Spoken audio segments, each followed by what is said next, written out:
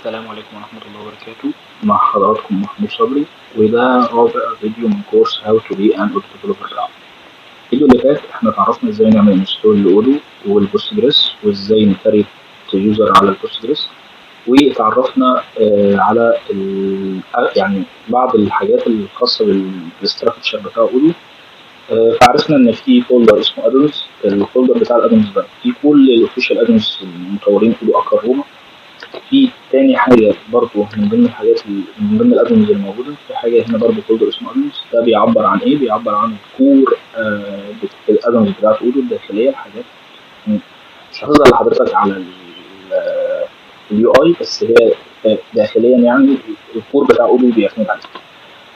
من ضمن الحاجات برضه اللي المفروض حضرتك هتتعرف عليها حاجة اسمها الفايل بتاع الاي اي يو اي ده المفروض كل الديكوريتور اللي اودو بتعتمد عليها موجودة داخل الفايل ده. سواء هنتعرف عليها الديبندنس، وسواء الموديل، سواء المالتي موديل.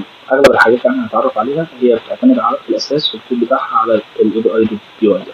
الفيلدز برضه اغلب الفيلدز اللي هنتعامل معاها برضه بتعتمد على الفايل ده. المودلز بتاعتنا سواء هتبقى الموديل نفسها، ولا الابستراكت موديل، ولا الترانزيتنت موديل، برضه بتعتمد على الفايل. وتعرفنا على الاودو داش ان هو ده المفروض الانتري بوينت بتاعتنا اللي بتشغل من خلالها اودو. واتعرفنا على الاودو كونفيج، وتعرفنا ان اي كونفيجريشن خاصه باودو هتكون داخل الفايل.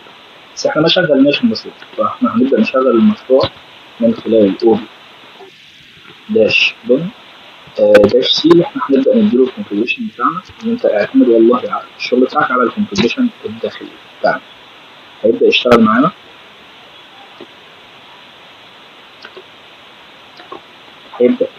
معانا. فهو هنا المفروض حصل رن على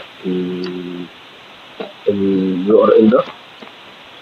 نبدا ناخده معانا.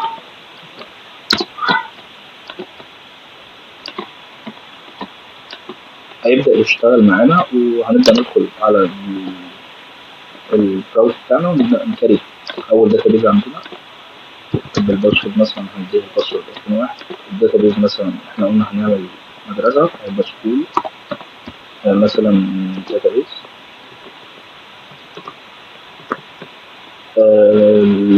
الايميل احنا هنديله هنا مثلا ادمن، والباسورد 2001، وباقي الحاجات مش مهمه. في هنا ديمو داتا، اللي هو خلاص انا عايز تكريت لي داتا بقى للداتا اللي كانت موجوده داخل، يعني الحاجات الادمن بتاعت اودو عمل لي ليها ديمو. يبدا هنا يكريت لي الداتا بتاعتي.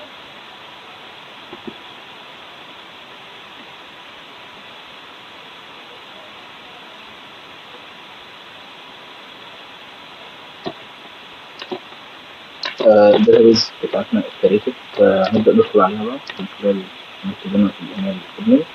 نبدا نلوجن.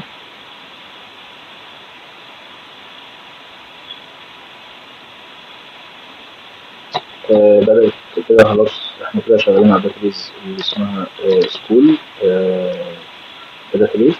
هنبدا نشوفها فين كمان، ممكن نشوفها في كريت ادمن. فتحنا هنا في الداتابيز وبدانا نعمل ريفرش، هتظهر لنا هنا سكول دوت داتابيز. فتحنا هنا السكيما بتاعتنا. هنبدا نشوف التيبل اللي في ايه التيبل دي بقى. الكريتيف دي كل الحاجات، دي كل الكور بتاع اودو. اغلب الحاجات، كل حاجه في اودو تعتبر ريتيف. فدي كل الحاجات اللي خاصه باودو كريتيف. طبعا احنا لسه ما عندناش اي قسم ادمز، ما عندناش اي حاجه. دي كلها الحاجات الخاصه باودو نفسها هي كريتيف اوتوماتيكلي وانس اللي احنا كريتنا داتابيز. تمام. بس ده الفيديو ده انا اللي كنت عايز اتكلم في الفيديو.